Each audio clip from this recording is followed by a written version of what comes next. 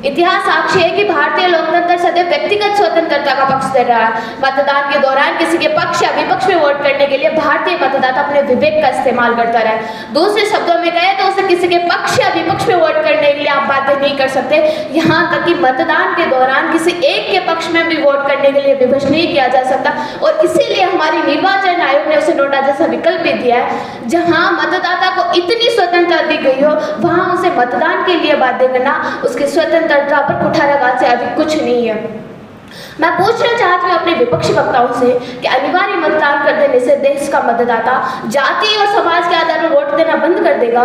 क्या मतदान की अनिवार्यता से पैसों के प्रलोभन पर होने वाली वोटों की बिक्री बंद हो जाएगी? क्या मतदान की अनिवार्यता से भाषाई और क्षेत्रीय आधार पर चुने जाने वाले प्रत्याशियों की तादाद कम हो जाएगी? क्या मतदान की अनिवार्यता से हमारे देश का अनपढ़ मतदाता योग्य प्रत्याशियों को चुनने में सक्षम हो जाएगा? जी नहीं, ऐसा कुछ नहीं होने वाला है, क्योंकि इसके लिए हमें देश के मतदाताओं को शिक्षित करना होगा, उन्हें अपने अधिकारों के प्रति जागरूक बनाना होगा, उनके मन में व्याप्त भय और लालच को दूर करना होगा।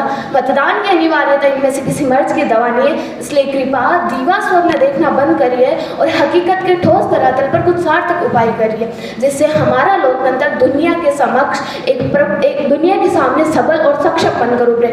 मैं पूछना चाहती हूँ प्रबुद्ध सदन से कि अगर मतदान की अनिवार्यता से ही लोकतंत्र का स्वास्थ्य सुदृढ़ होता तो इसकी शुरुआत तो लोकतंत्र की जन्मभूमि कहे जाने वाली ब्रिटेन से होनी चाहिए, जबकि इतिहास साक्षी है कि वहाँ ऐसा कोई कानून बनना तो दूर कभी कोई प्रस्ताव तक नहीं आया, जिससे ये साफ जाहिर होता है कि मतदान की अनिवार्यता का विचार चंद ऐसे देशों का दिमागी फितूर है जिनकी रगों में आज भी प्रजातंत्र और कुलीन तंत्र के कीड़े कुलबुला रहे हैं। इसी दुराग्रह की वजह से हाँ, प्रजातंत्र की बहुत जड़ें नहीं जम पा रही है, लेकिन उन्हें पता नहीं किस पंडित ने बता दिया कि इसका एक में उपाय अनिवार्य मतदान ही है, और तभी से वे लठमार लोकतंत्र की वकालत में जुड़े हुए हैं। तभी से वे लठमार लोकतंत्र की वकालत में जुड़े हुए हैं, जबकि हमारे यहाँ न तो तुर्की और चिली जैसे गैर लोकतांत्रिक प्रवृत्तियों को बोलबाला है और न ही फिलीपींस जैसे हालात, तो फिर ये आ बेल मुझे मार वाला उपक्रम आखिर क्यों?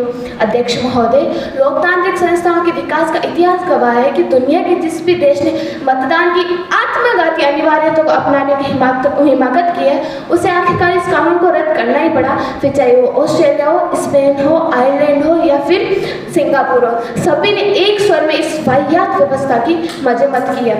ये तो थी परबीती, अब जरा एक नज़र घरबीती पर भी डाल ली जाए।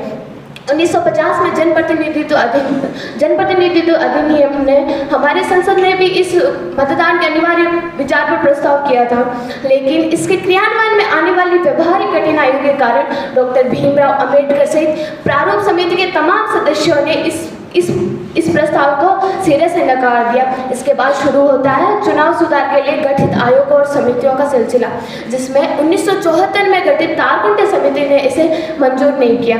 इसके बाद 1990 में दिनेश गोस्वामी समिति ने इसे मतदान के कम प्रतिशत को बढ़ाने में सक्षम नहीं माना। यहाँ तक कि वाजपेयी सरकार के दौरान संविधान की समीक्षा के लिए गठित राष्ट्रीय आयोग ने भी अपने प्रस्ताव पत्र में स्पष्ट रूप से कहा कि अनिवार्य मतदान को वर्तमान में लागू करना ना तो उचित है और ना ही सही। अब जबकि इतने महत्वपूर्ण आयोग और समितियों ने भी मेरे विपक्षी वक्ताओं द्वारा बताई गई इस रामबाण औषधि को प्रेस्क्राइब नहीं किया, तो फिर आखिर इस औषधि को आजमाने का जोखिम आखिर उठाएगा कौन? क्या आपको नहीं लगता कि हम एक व्यर्थ के विचार को लेकर अपना कीमती वक्त जाया कर रहे हैं? जो समझदारी तो हरगिज नहीं। अंत में बस इतना ही कि आपने मेरे वक्तव्य में समाहित कटु सत्य को जिस धैर्य के साथ सुना उसके लिए धन्यवाद। लेकिन मतदान की अनिवार्यता से जुड़ा यथार्थ कुछ इतना भयावह है कि शायद आप उस बेबाक सच्चाई को बर्दाश्त न कर सके। धन्यवाद।